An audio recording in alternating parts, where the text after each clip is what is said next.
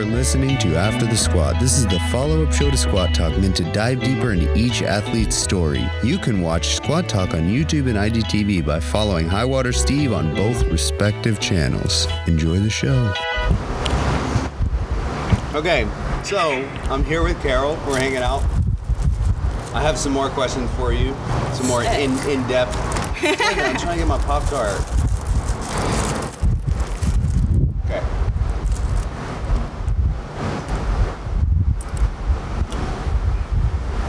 So, will you just talk to me more about going through cancer treatment and stuff like that? Okay, I mean, like, I was pretty lucky, to be honest, as lucky as you can be with cancer.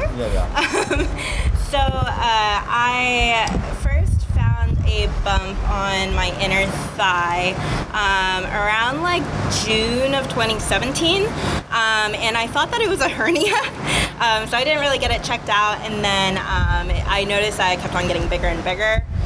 Finally went to the doctor about it around like November of 2017, and they basically said like, don't want to freak you out, but it could be cancer. Probably isn't. Yeah. That's horrifying. I mean, like, of course, like a bump appearing on your body, like you freak out. The normal person would freak out and be like, oh my god, it's cancer. But like I was basically doing the opposite of like other people who like go on WebMD. And I was like, it's probably not cancer. And then these doctors were telling me like, it's probably not, but like, let's get it checked out anyway. So I ended up having surgery on it in January of 2018. And then they were like, okay, we'll get it back to you. We're going to send it to the lab. And it indeed was cancerous. However, they said that in my case, that just with the surgery alone, that would be enough, and I would just need to be closely monitored. So I didn't get any chemo or radiation. Just a big scare. Yeah, no, I mean, I definitely can't imagine at this age, like, a doctor being like, hey, you have a cancerous growth on your leg, and not really, because I wouldn't really know, like, what is there any chance of recurrence? Or? Yeah, so recurrence is typically more likely in the first 2 years, which is why I'm being so closely monitored. So I go to the doctor, I get an MRI, and then I go to the oncologist about a week after the MRI. I do that every 3 months. Okay. So I mean, like, don't get me wrong, I still spend a lot of money on cancer, but No, I mean, that's insane. Yeah, but that's essentially all my follow-up. It's just getting an MRI, going to the doctor, and them telling me you're good, and we'll see you in 3 more months. Yeah, that's good. That's good that it has gone away. So, do you think that was the catalyst to get you into powerlifting, or what do you think the like main motivator to get into it was? Okay, so I not powerlifting specifically, but I started getting into the gym sometime towards the end of college.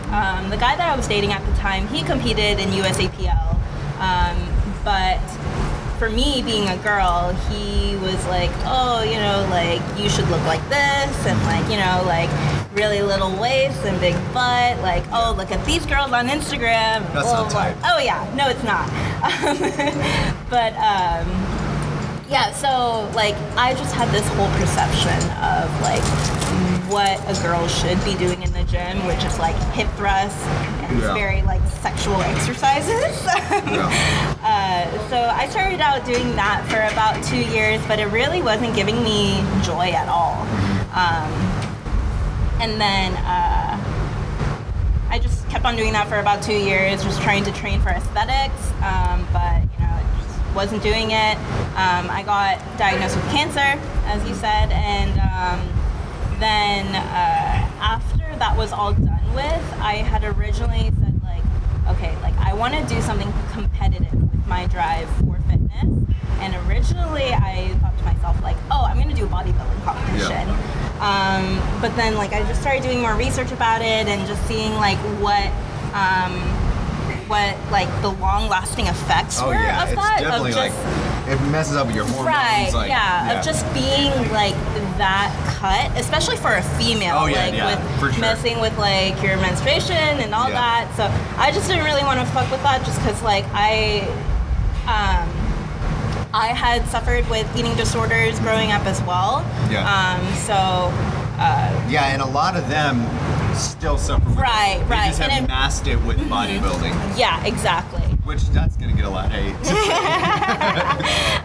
But yeah, I mean, like, I started college off at 75 pounds. So, That's I mean, crazy. it was pretty apparent. And I was 5'3". So, Yeah. I mean, like, if I was 75 pounds and like 4'5" or something, Yeah. whatever. But yeah, I mean, like, I was a pretty average height, but I was very, very underweight.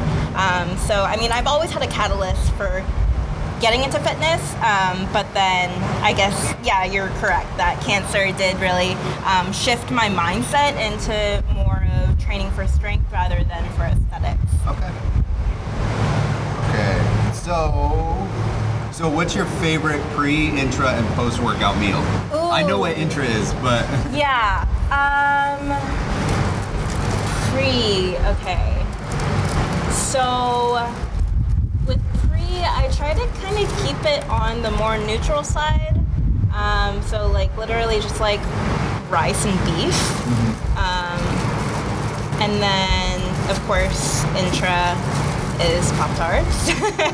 And then post, oh man. What is my favorite post? Pizza. Okay, that's a good one. Yeah, actually yesterday I got In-N-Out, so I mean, man. you know, Yeah. just all the unhealthy things. But your girl's trying to bulk. Yeah, right. Where am I going? Yeah, I think mine is definitely like In-N-Out, but that's mostly because it's easy and I can get a shake, fries, and put all kinds of sauce all over it. Okay, so you just became a math teacher, or you're in the process of... Yes, yeah. I just got my certification, so I'm looking for jobs right now. Yeah. So do you think, what like made you want to do that? Was there Okay. anything specific, or... Oh yeah. Or does your ethnicity have Oh anything- no. That was my main question. Was like, Oh my gosh. So actually, whenever I was with my ex, we did talk a lot about me becoming a math teacher. But I mean, it goes back a little bit further than that. So I had always grown up wanting to be an educator. Just everything that I did, like growing up, I did ballet. So like I actually enjoyed being with like the younger students, like kindergarten class, more than I did like myself going out and performing. Yeah. So I really liked interacting with them and just like their, I wouldn't say like their naive nature, but like they're just so like unscathed by reality at that point. For sure. So like they just literally have this mindset that they can do anything. So I really, really love that purity. And you can be a part of shaping that. Right. Because I definitely, when I was in school, did not have a good time. Oh yeah, It was same. Yeah, so I just always really enjoyed that. In high school, I ended up working at a tutoring center, and I had all grades, and I did math and reading, but I concentrated more on like higher level math. Yeah. So like high school and middle school level math. I just growing up, I always had like an educator mindset. And when high school, like senior year came around, looking at colleges and everything, I had wanted to go to school to be a Latin teacher. Oh shit. I was that weirdo who took AP Latin, and I was like, for what though? That's intense.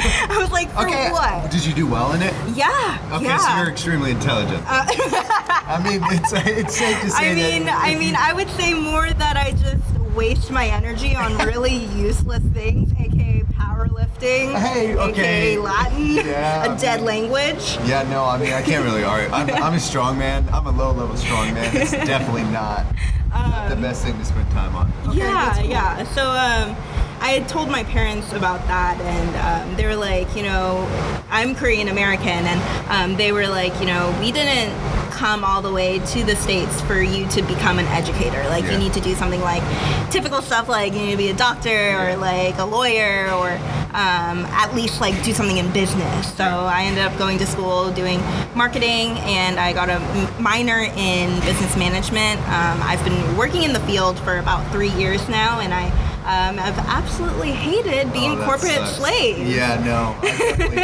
I opted out of college and the like whole corporate lifestyle, because I mean I've had like many people say like, look dude, you don't, this path sucks. So yeah, okay, that's cool. So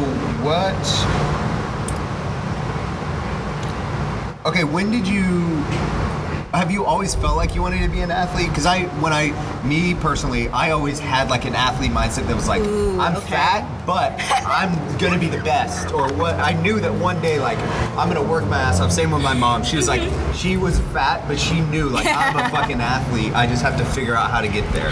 Right. Okay. So no, never considered myself an athlete. I was like so unathletic. I remember, like, do you remember in elementary school in PE, they're like for example, for like soccer or something, they're like, oh, like everyone has to like have some contact with the ball before anyone scores it. Do you remember that? No, that sounds awful. Like I would just like tap my toe on it. I'm like, I did it. Oh no. But yeah, no, that was how it was at my school, and like I absolutely hated it. I was like, please, I don't want to play. Yeah. I don't want to. Let me just like tap my big toe on it, and we're good. Yeah. So yeah, never considered myself an athlete.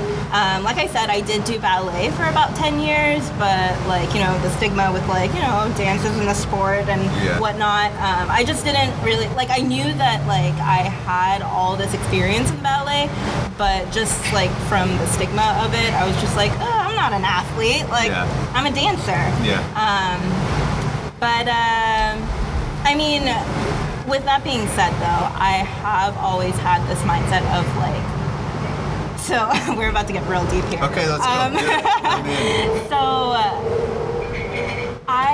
like I said, I tend to focus a lot on things that like seem to not really matter in the big scale. Like for example, putting so much effort into something so random as AP Latin or like powerlifting and whatnot.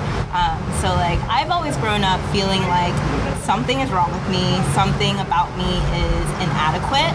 So the moment I find something where like I have just a little bit of passion for, like I just go all out, go balls to the walls. And so okay, that's exactly how I am. Right, So I mean, even though I've never considered myself an athlete, I do consider myself a very, very hard worker, very passionate. Whenever I do find something that kind of lights my fire. Okay, that's cool to hear. I definitely, that's how I am right now. It's sort of like, I'm at the bottom, but eventually in 5-10 years I will be at the top. I'm gonna work my ass off until I'm at the top. Wait. Yeah, just all you people talking shit. No one talks shit to me. I shouldn't say. No, of course. Everyone's like really nice. Did you ever have a buffer period when you first started training? What's that where mean? you hated it? Because I know a lot of people, like the first year for me when I was first training, I was bored by it, but it was because I was not going as hard as I am now. Okay. I wouldn't say necessarily that I hated it. I loved every minute of it, and I had so many people backing me up. But I will say that I just felt like I had a very, very long way to go till I would feel happy with myself. Which is a very bad expectation to set for yourself. So I can't remember who quite said it. I think it was Cece Holcomb. Maybe it was someone else. But they said like they would see people at local competitions or like let's say training in the gym, who get super upset that they miss something and they let it just like affect their whole entire day. And it's just like, why are you letting that happen to yourself? Like, this isn't your livelihood. Like, this isn't how you make your money. Like, you're literally doing this for fun. So just have fun while you can. That's kind of like what switched my mindset from like, oh, I'll never be as good as them. To be as good as you can. Right. As good as you possibly. And if you put as much effort as you possibly can in, whatever happens is going to happen. Yeah, okay. exactly. That's cool. Well, thank you for being on. Tell everyone your Instagram. My Instagram is Smolragelifts because I like to rage when I lift. All right, cool. Thank you. Thanks. Thank you for listening to After the Squad. Be sure to leave a rating, review, and follow me on Instagram and YouTube at Highwater Steve. Also, don't forget to check out the full episode of Squad Talk on IGTV and YouTube.